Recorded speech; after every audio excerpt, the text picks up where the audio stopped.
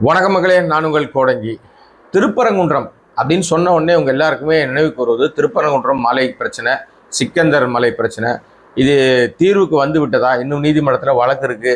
நாங்கள் அந்த விளக்கு தூணில் தான் ஏற்றுவோம், நான் அந்த சர்வேக்கல்ல தான் ஏற்றுவேன்னு ஒரு கூட்டமோ, இல்லை காலங்காலமாக உச்சி பிள்ளையார் கோயில் பக்கத்தில் இருக்கிற விளக்கு தூணில் தான் தீபம் ஏற்றுவார்கள் கார்த்திகை தீப திருநாள் அன்னைக்கு. இது தேவையில்லாமல் இது 100 ஆண்டு கால பழக்கத்தை மீறுகிறார்கள். வேண்டுமென்றே திருப்பரங்குன்றத்தில் ஒரு கலவரத்தை ஏற்படுத்தி அதன் மூலமாக அதிகாரத்தை பிடிப்பதற்காக முயற்சி எடுக்கிறார்கள். கடந்த ஆண்டு டிசம்பர் மாதம் பெரும் பிரச்சனை வெடிச்சுது. அதுக்கு ஏற்ற மாதிரியே நீதிமன்றமும் என்ன பண்ணுச்சுன்னா, நீதிபதி அப்போ நீதியரசராக இருந்தவர் என்ன சொன்னார்னா, இல்லை போய் நீங்கள் ஏற்றுங்கன்னு இன்னும் அவர் பங்குக்கு ஒரு விஷயத்தை கொளுத்தி போட, அது போயிட்டு மக்கள் அதை சம்பந்தப்பட்ட ராம ரவிக்குமார்னு ஒரு தனிப்பட்ட மனிதர் தன்னுடைய சுயநலத்துக்காக மதத்தை வைத்துக்கொண்டு கலவரம் ஏற்படுத்த முயற்சித்தார். தமிழ்நாடு அரசு சரியான நேரத்தில் 144 போட்டு அப்படி ஒரு சம்பவம் அங்கே நடக்காத அளவுக்கு தடுத்து விட்டார்கள். அதுக்குள்ள கார்த்திகை தீபம் முடிஞ்சு போச்சு. அடுத்த வருஷம் பார்த்துக்கலாம் போன்ட்டாங்க. இப்போ ஆட்சி மாற்றம் ஏற்பட்டு விட்டது. இப்போது அதே நிலைப்பாட்டில் இங்கே இருப்பாங்களா அப்படின்றது பெரிய கேள்விக்குறி. ஏன்னா திருப்பரங்குன்றம் மலை சுற்றி இருக்கிற எல்லா இடத்தையும் ஒன்றிய அரசாங்கம் தன் கட்டுப்பாட்டில் எடுப்பதற்கான முயற்சியை நடத்திட்டு இருக்காங்க. இதுக்குள்ள திருப்பரங்குன்றம் தொகுதியில் சிடி நிர்மல்குமார்னு ஒரு ஆர்எஸ்எஸ் காரை தான் வெற்றி பெற்றிருக்கிறார்.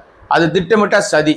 அந்த திருப்பரங்குன்றத்தில் திமுகவை சேர்ந்த கிருத்திகா அப்படின்னு சொல்லி ஒருத்தர், அவங்க ஏற்கனவே அங்கே தொகுதி மக்கள் எல்லார்கிட்டையும் ரொம்ப பரிச்சயமானவர். அவங்க திமுகவில் இருந்தாலும் பல சுய உதவி குழுக்கள் மூலம் பெண்களுக்கு ஏராளமான உதவிகளை செஞ்சு அவர் ஊராட்சி ஒன்றியத்தில் ஒரு பொறுப்பில் இருக்காங்க. இப்போ இதுக்கு இடையில எல்லா மக்கள்கிட்டையும் பரிச்சயமானவர் 2வது இடத்துல வந்தார். அவர் தான் வெற்றி பெறுவார்னு சொல்கிற இடத்துல தாவேக்காவுடைய ஆர்எஸ்எஸ் பிரமுகராக இருந்து தாவேக்காவுக்கு தாவி இருக்கிற நம்ம சிடி நிர்மல்குமார் வெற்றி பெற்றிருக்கிறார். அவர் இப்போ நட சாத்துறது, பஞ்சாயத்து ஆகம விதிகளுக்கு முரணாக போய் திருப்பரங்குன்றத்தில் சாமி தரிசனம் பண்ணார்னு ஒரு குற்றச்சாட்டு இருக்குது அவர் மேலே. இப்போ திருப்பரங்குன்றம் அப்படின்னா அதோட உண்மைத்தன்மை என்ன? சிக்கந்தர் தர்கா அப்படின்னா என்னது? அந்த தீப ஏற்றுகிற வழக்கம் என்னது அப்படின்னு இதை எல்லாத்தையும் ஆராய்ச்சி செய்வதற்காக திருப்பரங்குன்றம் ஃபைல்ஸ் அப்படின்னு சொல்லிட்டு அதன் பேரில் ஒரு ஆவணப்படம் ஒன்று உருவாக்கப்பட்டுச்சு. அறக்கழகம் அப்படின்னு சொல்லிட்டு ஒரு அறக்கழகம் அப்படின்னு சொல்லி ஒரு அமைப்பு, அவங்க யூடியூப் சேனல்லாம் நடத்துகிறாங்க. அவங்க ஒரு ஆவணப்படத்தை உருவாக்கியிருக்காங்க.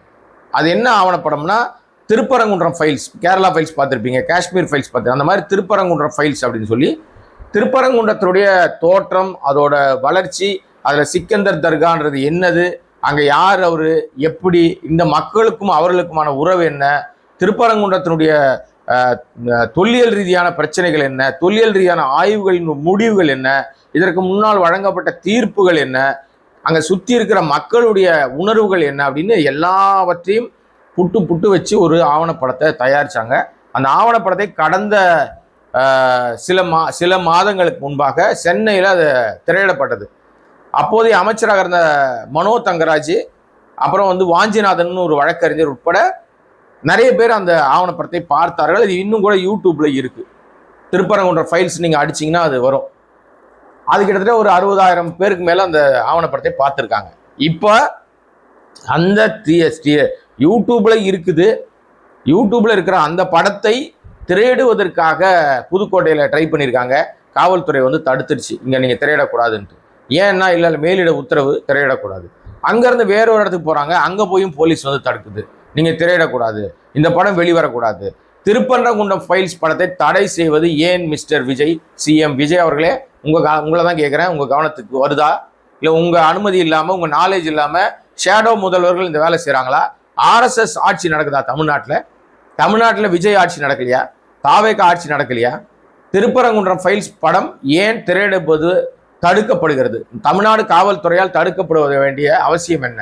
இந்த கேள்விக்கெல்லாம் யார் விடை சொல்லுவா? விஜய் சொல்லுவாரா? சொல்லித்தான் ஆகணும். இப்போ இந்த திருப்பரங்குன்றம் ஃபைல்ஸ் அப்படின்னு சொன்னோடனே அதோட எல்லாம், அதுக்குள்ளே இருக்கிற எல்லாம் வெளியில் மக்களுக்கு தெரிந்து விட்டால் இனிமே அடுத்து வருகிற நாட்களில் ஏமாத்துத்தனம் பண்ண முடியாது, மொள்ள மாதிரித்தனம், முடிச்சவித்தனம் பண்ண முடியாது, திருட்டுத்தனம் பண்ணி கலவரத்தை ஏற்படுத்த முடியாது. எப்படினாலும் டிசம்பர் மாதம் அந்த பிரச்சனை வரும். அதற்குள்ளாக இந்த ஆட்சி இருக்குமா கவுந்துருமான்னு தெரியாது. நம்ம கவர்னர் ஆட்சி வந்தாலும் வேற குட்டிக்கரண வேலை தான் செய்வாங்க பாஜக. சரி, பொறுத்திருப்போம் என்ன நடக்குதுன்னு பார்ப்போம். நம்ம இதுக்கு இடையிலேயே ஒரு பிரபலமான இயக்குனர், சர்ச்சையில் சிக்கிய இயக்குனர், ரொம்ப காலம் அவர் வந்து தலைமறைவா இருக்கிற மாதிரி எங்க இருக்காருன்னு தெரியாத இயக்குனர் வினோத். இவர் யாரும் தெரியல உங்களுக்கு? இவர் தான் ஜனநாயகன் படத்தினுடைய இயக்குனர். அந்த படத்தினுடைய இயக்குனர் ஒரு விஷயத்த பேசியிருக்காரு. அது பேசு பொருளாக சர்ச்சையா வெடிச்சிருக்கு. என்னன்னா, ஜனநாயகன் படத்துல நடந்தது என்னன்னு என்னாலையும் சொல்ல முடியாது, எனக்கு பயம். நான் சொன்னேன்னா நீங்க அந்த ஊடகத்துல போட மாட்டீங்க, போட முடியாத அளவு உங்களுக்கு ஒரு அழுத்தம் இருக்கும், உங்களுக்கும் பயம். அது சம்பந்தப்பட்டவர்கள் தான் சொல்லணும், சம்பந்தப்பட்டவர்கள் வாய் திறக்க மாட்டாங்க. யாருன்னா சம்பந்தப்பட்டவர்னா தயாரிப்பாளரும் நடிகர் விஜயும். இதை சொல்லியது வினோத். அவர் ஏன் அப்படி சொன்னார் அப்படின்னா, ஜனநாயகன் படம் திமுக அரசாங்கத்தை அந்த படம் வெளியிடப்படாமல் தடுப்பதற்கு ஒன்றிய அரசாங்கத்தினுடைய முருகனும் இணையமைச்சர், இங்கே வந்து அமைச்சராக இருந்த உதயநிதி ஸ்டாலினும் சேர்ந்து சதி பண்ணி இந்த படத்தை வெளியிட வேணாம் தடுத்து விட்டார்கள். ஒரு பொய்யை பரப்பியது தாவேகா, விர்ச்சுவல் வாரியர்ஸ், அந்த கும்பல், அந்த தற்குறி கும்பல் இப்படி ஒரு விஷயத்தை பரப்பி விட்டுச்சு. ஆனால் இன்னைக்கு ஆட்சி அவங்க கையில் வந்துருச்சு. ஆட்சி உங்க கையில் வந்துருச்சு இல்லை? விஜய் அவர்கள் இந்த படத்தை ஏன் ரிலீஸ் பண்ணல? இப்போ வரைக்கும் பண்ண வேண்டியதானே? 4 நட்சத்திரம் பார்க்குறீங்களா? நல்ல நாள் பார்க்குறீங்களா? இல்லை உங்கள் பிறந்த நாள் சர்ப்ரைஸாக வெளியிடலான்னு பார்க்குறீங்களா? எது எப்படி இருந்தாலும் தடுத்தது யாருன்னு இப்போ சொல்லுங்க. ஆட்சி தான் உங்ககிட்ட வந்துருச்சு இல்லை? தடுத்து வச்சது யாருன்னு சொல்லுங்க சார். சென்சாரில் பிரச்சனை பண்ணுறது யார் சொல்லுங்க சார். எதுக்கெடுத்தாலும் திமுக மேலே விழுந்து பராண்டி நகத்தில் கீறி விட்டீங்கல்ல, இப்போ பேசுங்க. ஜனநாயகன் படத்தை தடுப்பது இன்னார் இன்னார், இந்த மானே தேனே பொன் மானே போட்டு சொல்லுங்க. தைரியம் இருக்கா? துணிச்சல் இருக்கா? ஆண்மை இருக்கா? உங்கள் துறை அமைச்சருக்கு இருக்கா? ராஜ்மோகன் தான் துறை அமைச்சர், அதை பேசுகிற தைரியம் இருக்கா? கிடையாது. ஏன்னா நீங்கள் பழிய அடுத்தவங்க மேலே போட்டு தப்பிக்க பார்க்குற கேஸ். உங்களுக்குன்னு சுய புத்தி கிடையாது, சுய அறிவு இல்லை. எவனோ சொல்லி கொடுக்குறத மண்டபத்தில் எழுதி கொடுத்த படிக்கிறீங்க. அப்போ திருப்பரங்குன்றம் இஷ்யூவில் எப்படி ஒரு பிரச்சனை இருந்துச்சோ அதே மாதிரி ஜனநாயகன் பிரச்சனையில் ஒரு இஷ்யூ இருக்கு. இப்போ ஜனநாயகன் படத்தை வந்து வெளியிடாமல் தடுப்பது யாருன்னு சொல்லிட முடியுமா? ஒன்றிய அரசாங்கம் தடுக்குது, மோடி அரசாங்கம் தடுக்குது, அமித்ஷா அரசாங்கம் தடுக்குது சொல்கிறது தைரியம் இருக்கா? துணிச்சல் இருக்கா mister CM sir? CM sir சொல்லுங்கள் சார், வாய்ப்பு இருக்கா பேசுறதுக்கு? கிடையாது.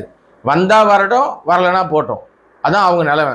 அதுக்கு என்ன காரணம்னா, இவங்க பொய் பரப்பினாங்க, அந்த பொய்யை உண்மையாக்குவதற்கு முயற்சி எடுக்கிறாங்க. பொய் பரப்பிட்டாங்க, தடுத்துட்டாங்க, இவங்களால தான் லாஸ் எனக்கு அப்படின்னு பொய் பரப்புனாங்கல்ல. இப்போ அதிகாரத்தை டக்குன்னு மக்கள் அவங்க கையில் கொடுத்தவொடனே திறந்து பார்த்துருப்பாங்க, அதில் அவங்க சொன்னது உண்மைதான்ப்பா, பொய்லாம் கிடையாது, நிஜம்தான். அப்போ வந்து நம்ம பிஜேபி பின்னாடி இருந்து எதிர்க்குதுன்னு சொல்ல முடியாதுப்பா, சொன்னால் பிரச்சனை ஆகிடும், பயந்துருப்பீங்கல்ல. அதான் வெளியே வரலையா? அதான் அதை பற்றி பேசவே இல்லையா? அசிங்கமா இல்லையா? அவமானமா இல்லையா மிஸ்டர் விஜய் சார்? உங்களுக்கு உங்கள் துறையில் நீங்கள் நடித்த படம் கடைசி படம்னு சொன்ன படத்தையே வெளியிடுவதற்கு தயங்குறீங்க, பயப்படுறீங்க, அதை பற்றி சொல்கிறதுக்கு கூட பயப்படுறீங்க. பேசியவர்கள்லாம் வந்து பிடிக்கிறீங்க, கைது பண்ணுறீங்க, மிரட்டுறீங்க, உருட்டுறீங்க. என்ன சார் நியாயம்? என்ன நியாயம்? அப்போ ஜனநாயகன் வராதான்னு கேட்குறீங்களா? இப்போதைக்கு வராது, அவ்வளோதான். இந்த ஊடகத்தில் அள்ளி விடுற ஆட்கள், ஜால்ரா அடிக்கிற நிறைய பேர் ஜால்ரா அடிப்பான், அதெல்லாம் சரிப்பட்டு வராது, அது பூரா பொய். ஆக மொத்தம் ஒரு பக்கம் நீங்கள் என்ன செய்கிறீங்களோ அது உங்களுக்கு எதிர்வினையாற்றுறது. ஒரு பக்கம் வந்து நீங்கள் திருப்பரங்குன்ற ஃபைல்ஸை தடுக்கிறீங்க, இன்னொரு பக்கம் உங்கள் படத்தை அப்படியே நிற்கிது, கிடப்பிலே இருக்குது, ஸ்டார்ட் அப் ஆகாமல், திருப்பி மறுபடியும் வந்து ரன்வேக்கு வராமல் அப்படியே அங்கேயே நிற்குது. பார்க்கலாம் என்ன நடக்குது அப்படின்றத. எனிவே விஜய் அவர்கள் இந்த மாதிரி நிகழ்வுகளில் கவனம் செலுத்துவாரா அப்படின்னா நிச்சயமாக செலுத்த மாட்டார். அவர் கவனம் பூரா வேற எங்கேயும் இருக்குது. அது எங்கே இருக்குன்னு உங்களுக்கே தெரியும். அதை ஏன் வாயில் நான் சொல்லுவானே. எனிவே கோடங்கி வாய்ஸ் சேனலை சப்ஸ்கிரைப் பண்ணாமல் பார்த்துருக்க அன்பு நண்பர்களே, நீங்கள் சப்ஸ்கிரைப் பண்ணிங்கன்னா இன்னும் பல விஷயங்கள் பேசலாம். நன்றி, வணக்கம்.